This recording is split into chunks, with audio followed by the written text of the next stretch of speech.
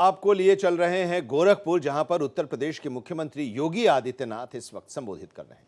महोत्सव का आयोजन पूरी भव्यता के साथ, दिव्यता के साथ आयोजित होकर के आज अपने समारोह की ओर चल रहा है। मैं सबसे पहले आयोजन समिति को इस पूरे कार्यक्रम को आयोजित करने के लिए हृदय से धन्यवाद देता हूं। आज 12 जनवरी है। 12 जनवरी वैश्विक पटल पर भारत की आध्यात्मिक और सांस्कृतिक छवि को, भारत की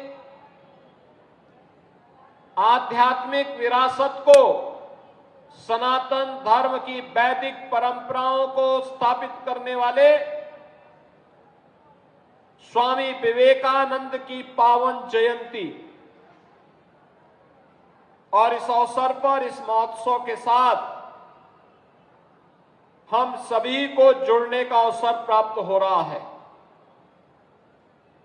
महोत्सव के पीछे भी यही उद्देश्य होता है। याद रखना, हम सबको इस बारे में कभी भी विस्मृत नहीं करना चाहिए कि हमारे संस्कारों की आत्मा है संस्कृति। संस्कृति की आत्मा है लोक परंपरा, लोक गाथाएं, और यह भी हमें विस्मृत नहीं करना चाहिए कि संस्कृति के अभाव में कोई राष्ट्र लंबे समय तक अपनी जीवन यात्रा को आगे नहीं बढ़ा सकता। यानी राष्ट्र की संजीवनी होती है लोक परंपरा और लोक गाथा। लोक परंपरा को, लोक गाथाओं को, लोक गायन को, लोक कलाकारों को इस प्रकार के कार्यक्रमों और महोत्सव के माध्यम से एक प्लेटफॉर्म प्राप्त हो, वे अपनी प्रतिभा के बारे में, लोक परंपराओं की जानकारी वर्तमान पीढ़ी को दे सके, उनको आगे बढ़ा सके। यह महोत्सव के पीछे का उद्देश्य है। याद रखना, भारत की जो धरोहर है वह वेदों की परंपरा में है। वेदों की परंपरा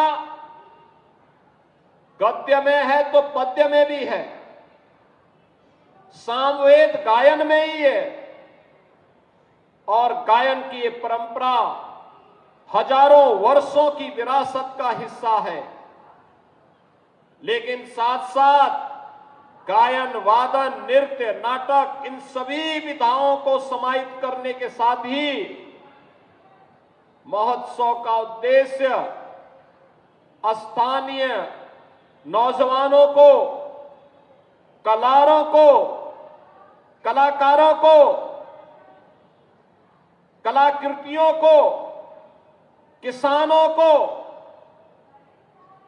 उद्यमियों को और समाज से जुड़ी हुई उन विभूतियों को जिन्होंने अपने परिश्रम और पुरुषार्थ से समाज के लिए कुछ योगदान किया है, उनको प्रोत्साहित करना, उनको एक मंच उपलब्ध कराना, उन्हें आगे बढ़ने के लिए प्रेरित करना, ये सभी कार्यक्रम एक साथ चले और उस कार्यक्रम की श्रृंखला को आगे बढ़ाते हुए ये मुझे प्रसन्नता है कि लगातार 8वें वर्ष में भी गोरखपुर महोत्सव 2018 से लगातार पिछले 7 बारों की तरह ही इस बार सफलता की नई ऊंचाई तक पहुंचते हुए आज यहां पर पहुंचा है।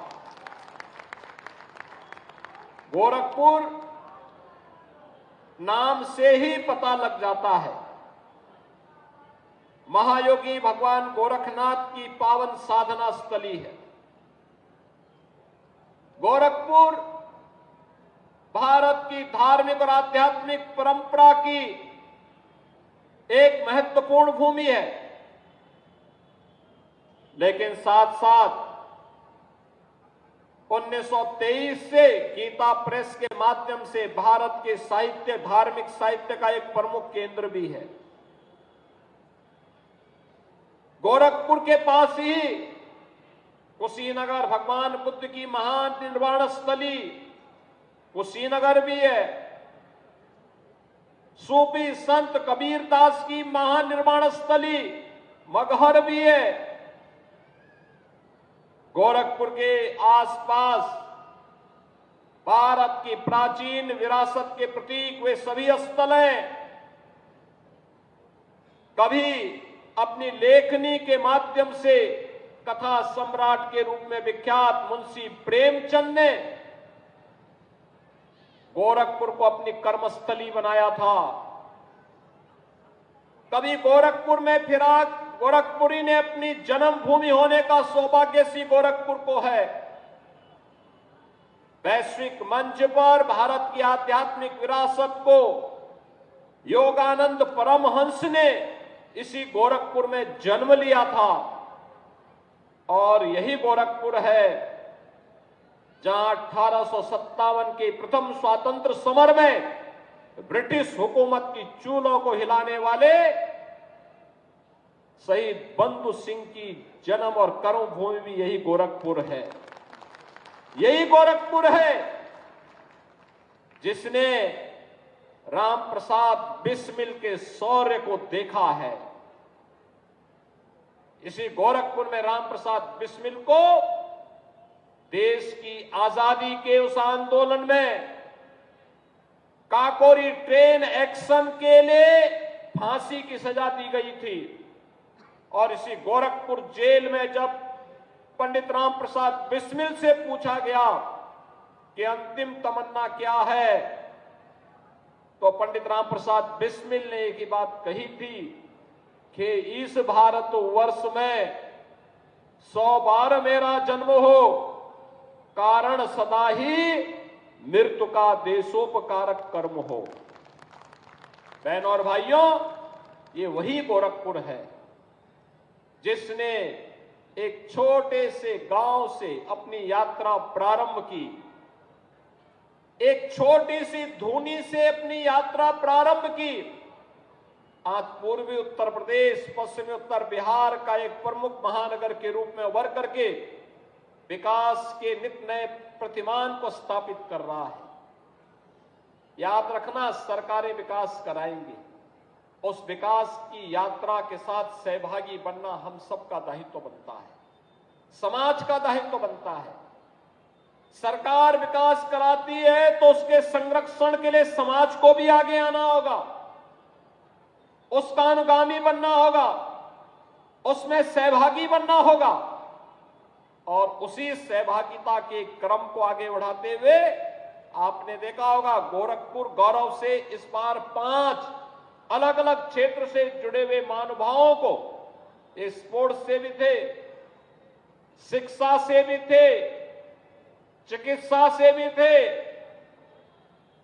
प्रगतिशील किसान से भी थे, समाज के अलग अलग तबके से जुड़े हुए ऐसे 5 महानुभावों को इस मंच पर बुला करके सम्मान करके गोरखपुर गौरव से विभूषित किया गया, जिन्होंने अलग अलग क्षेत्र में गोरखपुर को प्रदेश में, देश में, दुनिया में एक सम्मान दिलाने का काम किया है।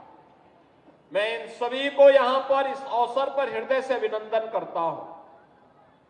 गोरखपुर गौरव का सम्मान जिन्हें प्राप्त हुआ है, उन्हें मैं इस अवसर पर उनका स्वागत करता हूं।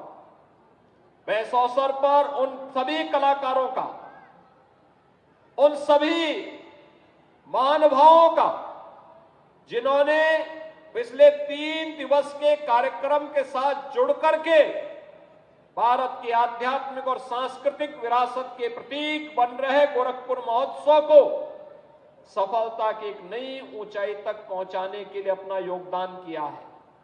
और मैं चाहूंगा जितने भी लोग इस महोत्सव के हिस्से बने, जो एग्जीबिशन आई है, इस एग्जीबिशन को जरूर एक बार देखें। क्या क्या गोरखपुर में, कहीं टेराकोट का सामान होगा, कहीं पे शहद उत्पादन के साथ जुड़े हुए लोग होंगे, कहीं पे एफपीओज कैसे अन्नदाता किसानों की आमदनी को बढ़ाने में सहायक हो सकता है। और पहली बार महोत्सव में नेशनल बुक ट्रस्ट ने एक बुक फेयर का भी आयोजन किया है युवाओं के लिए। याद रखना, अच्छी पुस्तकें आपकी सच्ची मित्र होती हैं, और सच्चे मित्र हैं अच्छी पुस्तकों का खरीदना, गिफ्ट में अपने दोस्तों को देना, अपने मित्रों को देना। अपने किसी बच्चे के जन्मदिन पर जा रहे हैं तो अच्छी पुस्तक उसकी रुचि के अनुसार जो उसके विकास में योगदान दे सकती हो, उस कार्यक्रम के साथ उसको जुड़ेंगे तो इसके प्रकाशन में एक गति आएगी। पढ़ने लिखने की परंपरा कम हुई है, कालजयी कृतियां मिलना कठिन होता है, लेकिन फिर भी जो प्रकाशन हो रहा है, अगर हम उसको प्रोत्साहित करेंगे तो यह और अच्छा प्रकाशन आने वाले समय में हमारे सामने आएगा। और ये बुक फेयर भी पहली बार इस महोत्सव में देखने को मिल रहा है। और भी स्थानीय स्तर पर जुड़े हुए तमाम ऐसे कार्यक्रम इस आयोजन के साथ जुड़े हैं, और मुझे तो प्रसन्नता है, अच्छे अच्छे कलाकार आए थे। मुझे समय नहीं मिल पाया, मैं अभी थोड़ी देर पहले ही गोरखपुर पहुंचा हूं, लेकिन अन्यथा तीनों दिन मेरी रहने की इच्छा थी कि इस कार्यक्रम में रहूं, गोरखपुर के बारे में, आध्यात्मिक और सांस्कृतिक परंपरा को मंचीय कार्यक्रम के माध्यम से देखूं, समझूं, और उसके लिए कहां पर सरकार के स्तर पर कौन सा प्रोत्साहन हो सकता है, उसके बारे में भी हम योगदान दे सकेंगे। इस बात को लेकर के हम यहां के साथ जुड़ेंगे। लेकिन आयोजन समिति से जुड़े हुए सभी लोगों ने मिलकर के इसको एक नई ऊंचाइयां देने का काम किया है। इस समय इतनी भीषण सर्दी में भी ये हजारों की भीड़ इस बात को लेकर के महोत्सव है, हम इसका हिस्सा बनेंगे, यह प्रोत्साहन अत्यंत महत्वपूर्ण है। 12 जनवरी को इसका समारोह इसलिए भी हो रहा है क्योंकि कल पौष पूर्णिमा है। कल से इस 2025 12 वर्ष के बाद आने वाला, और इस बार तो 144 वर्ष के बाद विशिष्ट मुहूर्त के साथ जुड़ने वाला महाकुंभ प्रयागराज कल से प्रारंभ हो रहा है, प्रयागराज की धरती पर। यानी 13 जनवरी से 26 फरवरी तक 45 दिन का यह भव्य आयोजन कल से प्रारंभ होने जा रहा है। आप याद करिए, इस पूरे आयोजन में 40 करोड़ की आबादी आएगी। 40 करोड़ लोग, 40 करोड़ श्रद्धालु, साधु संत, देश और दुनिया के अतिथि वहां सहभागी बनने जा रहे हैं। 40 करोड़ की आबादी दुनिया के अंदर भारत और चीन के बाद किसी और देश के पास नहीं है। जितनी आबादी एक अस्थायी स्थिति में अकेले प्रयागराज में आने वाली है। मां गंगा, यमुना और सरस्वती नदी के त्रिवेणी में संगम में स्नान करने का एक सौभाग्य प्राप्त होगा। लोगों को वहां पर उत्तर प्रदेश को जानने, भारत को जानने, भारत की आध्यात्मिक विरासत को संतों के माध्यम से, उनके शिविर के माध्यम से, उनके अखाड़ों के माध्यम से जानने और देखने का अवसर प्राप्त होगा। वहां पर बहुत सारी चीजें ऐसी दी गई हैं जो पहली बार कुंभ में आने वाले श्रद्धालुओं को देखने को मिलेगा। वहां पे अक्षयवट कॉरिडोर भी बना है, मां सरस्वती कूप का कॉरिडोर भी बना है, बड़े हनुमान जी मंदिर का कॉरिडोर बन गया है, पातालपुरी का कॉरिडोर बन गया है, महर्षि भारद्वाज कॉरिडोर बन गया है, भगवान राम और निषाद राज के मिलन की भूमि श्रृंगवेरपुर कॉरिडोर बन गया है, नाग वासुकी और ब्रह्मा जी के यज्ञ की भूमि दशाश्वमेध घाट और मंदिर के सुंदरीकरण के कार्य के साथ ही 12 ज्योतिर्लिंग और 4 धाम की यात्रा का भी वहां पर एक अवसर उनके रिप्लिका के माध्यम से देखने का अवसर प्राप्त होगा।